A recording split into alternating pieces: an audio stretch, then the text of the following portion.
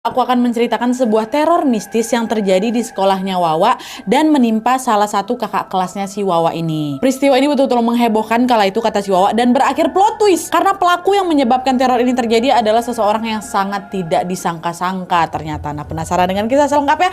Jadi tanpa berlama-lama kita langsung masuk aja ke apanya ya. Check it out.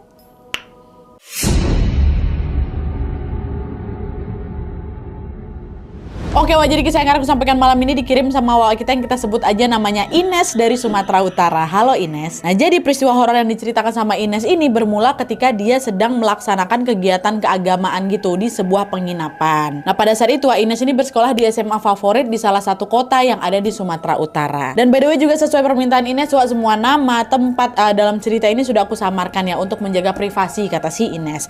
Jadi ceritanya pada saat itu waktu kejadiannya udah lama kali, si Ines ini baru duduk di kelas 10 atau kelas 1 SMA. Sebagai murid baru, Ines sangat tertarik sekali untuk mengikuti segala kegiatan ekstrakurikuler di sekolahnya. Biasalah kan masih muda, masih semangat gitu ikut ini itu gitu kan. Dan setelah mempertimbangkan banyak hal, Ines pun akhirnya memutuskan untuk ikut organisasi keagamaan yang memang sesuai dengan keyakinannya, yaitu agama Kristen Protestan. Nah, organisasi itu macam rohisnya kita gitulah kalau di Islam, Tapi kata Ines kalau di agama Kristen ini disebut organisasi PA ya. Nah, setelah dia bergabung menjadi anggota dari organisasi ini pun mengadakan event tahunan bernama retreat yang diadakan di luar kota selama 3 hari dari mulai hari Jumat, Sabtu sampai berakhir di hari Minggu. Dan FYI retreat ini tuh macam pesantren kilatnya gitulah kalau kata Ines ya. Panitia acara di retreat itu adalah kakak-kakak kelasnya Ines yang duduk kelas 11, sedangkan Ines dan teman-temannya yang kelas 10 ya mereka menjadi peserta aja.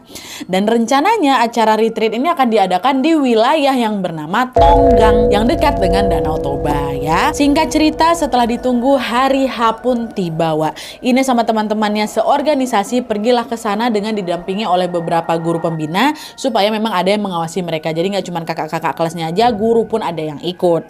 Nah, pada hari pertama acara semua berjalan baik, semua berjalan lancar. Rundown acara juga terlaksana secara tepat waktu dan tidak ada kendala sama sekali. Begitu juga di hari kedua, aman-aman aja semuanya, ya. Hari 1, hari 2 aman. Tapi ketika memasuki hari ketiga mulai adalah ini suatu kejanggalan yang menimpa salah satu temannya Ines ya. Disinilah kita mulai. Jadi ceritanya pada hari ketiga itu semua acara inti di kegiatan ini sudah selesai dilakukan. Guru agamanya Ines yang bernama Pak Uco kemudian akhirnya memberikan waktu senggang kepada para siswa untuk packing nih, untuk bersiap-siap ntar mau balik ya kan. Tapi sebelum pulang para siswa ini diminta untuk berkumpul dulu di sebuah aula yang ada di sana untuk melaksanakan doa bersama.